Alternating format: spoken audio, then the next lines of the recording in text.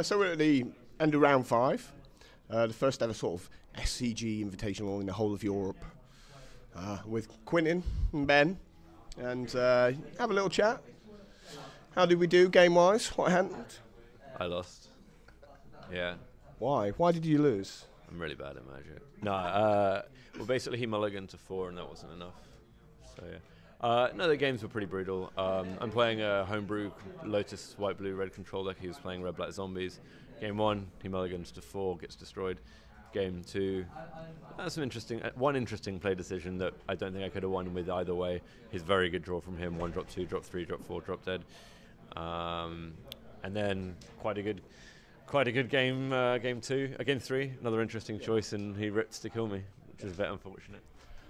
So Ben, were you sort of confident with the matchup? Do you think it's a good matchup for you? I think it's a superb matchup. I mean, I brought red black zombies with me because I anticipated there'd be a lot of blue white tempo. It seems to be a UK thing, and also a lot of mid range. So yeah, you can game 5 life with Fragtusk. I'm just going to kill you right back. Hellrider's just brutal in this format right now. And so you're saying, if you weren't playing someone like Quentin, who can get, maximum value out of his deck, you would just, crush a lot of people playing that kind of deck? I don't think it's about, I think with aggro, it's more to do with how you pilot the deck, and if you've had practice with the archetype, any random player can play an aggro deck. But you need to practice. I think practice is massive. So the hardest thing for you is also actually mulliganing correctly? Yeah, you've got to mulligan correctly. I've seen other red-black zombies players here today who have just mulliganed terribly. Players have been keeping hands with 2 removal spells and no creatures. So, yeah. So you're 5-0 now. Quentin, you're Form 1, and we got another 3 rounds to go. But let's talk about this sort of event in general. I mean, why did you actually turn up? Research. I was intrigued to see how the tournament would work, what kind of investment Star City would have in it, how it would work in the north of England, and what metagaming we're going to do with it. Yeah, I mean, because we've been playing tournaments sort of off and on together for 12 years or something like that. I mean, are you surprised it's took so long for a UK scene to actually develop? I don't think this is a developing of the UK scene. I think it's more just the world realizing that you can run Magic events that aren't run by WotC's part of the Pro Tour dream. That's a great thing. But back in the day, there was Winter Mocks, and there were big events happening, and then they kind of died out. And then no one's been really willing to put cash up for prizes. And I think there's a lot of interesting, a lot of players are used to showing up to a tournament, paying 30 quid, and only seeing £6 of that go to the prize pool. I mean, I work in the poker industry at the moment, and if you and me both, yeah, and if we charge 80% rake, we get shot. Now, here's an interesting thing, because we're talking about the poker industry. If you enter a poker tournament, if you pay your money up front, you get the same treatment. You don't get special treatment. You don't get 3 buys, for example. So, for example, I think at the moment it's hard for people to turn up to a Grand Prix with no buys and have to go, 7, 8 and 1 or something ridiculous, don't they? Yeah. So, how do you like the idea that we have these sort of invitationals and we have sort of the bigger Star City events where everyone goes, I pay my money and I'm treated the same as everyone else? No buys. I think that's fine. I think buys work both ways. I mean, you work hard for them. I wouldn't be surprised to start seeing buys coming into the Star City. It's hard to break in, though, if you don't have buys to start with. I never found it hard. No, I don't think it is difficult to break in. The first 3 rounds, if you're a competent player, are very easy in almost any tournament. You're playing against players who aren't normally competitive on average, don't know their deck very well, might be hungover. So I'm not worried about the barrier to entry, but I think it is interesting to see that people are actually willing to put a reasonable amount of price point in it. If you shift the goals, so the way a TO makes money is a lot of it is from the entry to the tournament. But if you shift that a bit, so you maybe aim to break even off your main event, make a little bit of money, and you make money from traders or marketing or your food being a big one, alcohol, your actual sales if you're the shop as well, or just with the intent to continually build your local player base to keep your long-term profitability up, then you can start putting more money to the prize pool in a more transparent way. People clearly like the bigger prizes.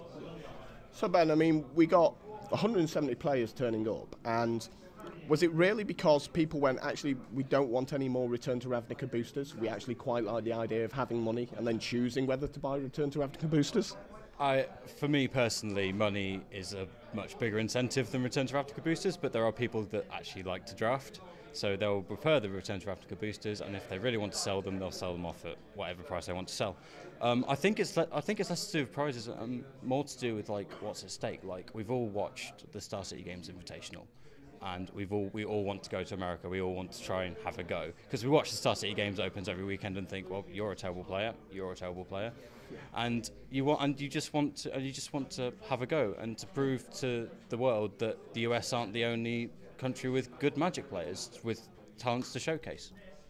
I love the chat on the Star City Games streams sometimes when you see people 6-0 and they're making play mistakes every game, and it's just the chat explodes, doesn't it?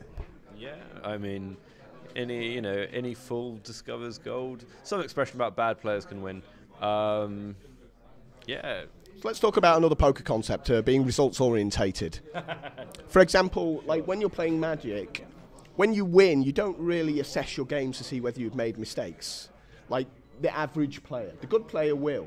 He will look at where to cut his losses and stuff like that. But do you think that's one of the issues sort of Magic players still have to this day, is that when they win, they go, oh, I won, therefore no problems. But when they lose, even though they might have played perfectly, they sometimes cut themselves up where they shouldn't be? I don't mean this in a bad light at all, Ben, just as an example. Ben mulliganed in one of the games, looked at the top few cards of his library and said, right play. Now, I know you weren't rationalising your play based on that event, because when you mulligan, you're clearly working on a mathematical probability of drawing normally land on the top of your library. Looking doesn't change anything because you made it on the average, assuming a sufficiently randomised deck. But looking and then going, oh, I should have kept, and kicking yourself can only cause tilt or emotional turmoil. So I think that the concept of ROI is phenomenal on a Magic round. Good players think about it in absolutely everything they do. Bad players don't, but I also think bad players don't think in terms of ROI. With a lot of players turn up to this tournament because they want to have fun. They don't, like people winning a lottery ticket. I think they think that they might win, but it will be really lucky if they do. But they're there to see their friends, to have fun, to play the game they enjoy. I think that makes a lot of the casual part. Like, I mean, Magic has a lot of good demographics. I think the Timmy ones that Wizards use is a bit too simple, but I think they also recognise that there's professional, competitive,